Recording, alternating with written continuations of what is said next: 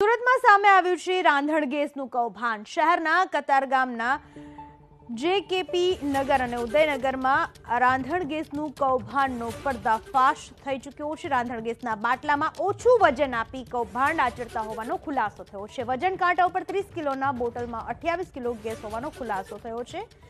જેકેપી નગર અને ઉદયનગર વિસ્તારની આ ઘટના છે। બાટલા ઓછા વજનના પધરાવતા કૌભાંડનો એક જાગૃત નાગરિકે પર્દાફાશ કર્યો છે। વજન કાંટા ઉપર 30 કિલોની બોટલ દર્શાવતા ગ્રાહકોને 28 કિલો જ વજનનો બાટલો અપાતો હતો। જાગૃત નાગરિકે બાટલાની ડિલિવરી સમયે વજન કરાવતા આ કૌભાંડનો પર્દાફાશ થયો છે।